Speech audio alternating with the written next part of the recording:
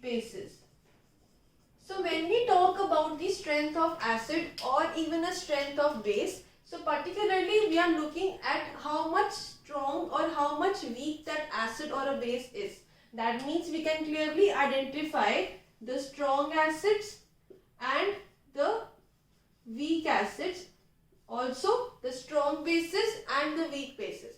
So first of all, we will discuss the case of acids, how to find the strength of an acid.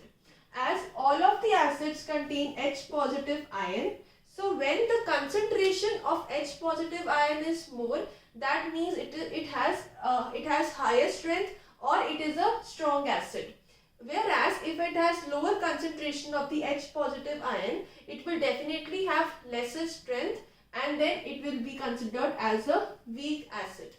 Now when we are finding the concentration of the H positive, we are particularly looking at the dissociation. So dissociation is the formation of different ions when a particular compound breaks into cations or the anions. For example, if we take the case of water, that is H2O, when the H2O molecule or the H2O compound dissociates, it will produce H positive ion and the OH negative ion. In this case, H positive is known as the cation because it has a positive part, and OH negative is known as the anion because it is the negative part. On both the sides of the equation, it is a reversible. We can say the reactant changes into the product, and similarly the product can be converted back into the reactants. Hence, we will always write double arrow. That is H2O, double arrow, H positive and OH negative ion. This was the general case of dissociation. But when we talk about dissociation in case of acids, basically strong acids, there must be complete dissociation of the H positive ion. Only then that particular acid will be considered as a strong acid. However, in the case of weak acids, there is partial or there is no dissociation of the H positive ion. When there is partial or incomplete dissociation, that acid is referred to as the weak acid. Now let us take an example. If we talk about the strong acids, like if we talk about the HCl, it will dissociate into H positive and Cl negative. Such type of reaction will give complete dissociation into H positive. That means all the H positive present in the HCl acid will be converted into cations. But this is not the case with the weak acids, like if we take acetic acid, that is CH3COOH. That will convert partial dissociation, or there will be partial dissociation resulting into the formation of H positive, that is the cation, and we have acetate ion, that is CH3COO negative.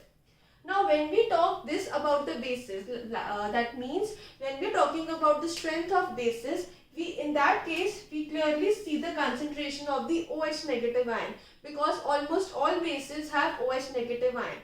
In that category also we have the strong bases and the weak bases. The strong base refers to that base where there is complete dissociation into the OH negative ion. So that will become the strong base. In the weak base, there is partial or incomplete dissociation of the OH negative ion.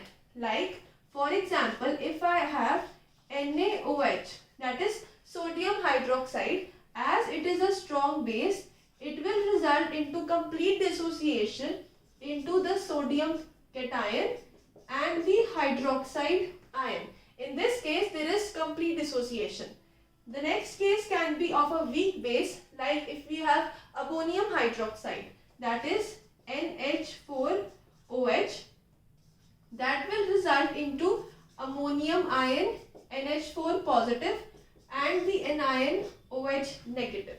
This is how we can clearly explain the strength of an acid and the base. So in brief or in conclusion, we can say that all those acids or all those bases where there is complete dissociation of H positive in the case of acids and OH negative in the case of bases are referred to as the strong acids and strong bases.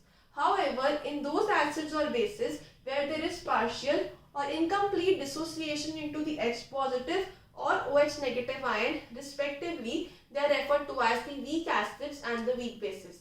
We have also discussed this category with the help of various examples. So this was the concept on strengths of acids and the strengths of bases.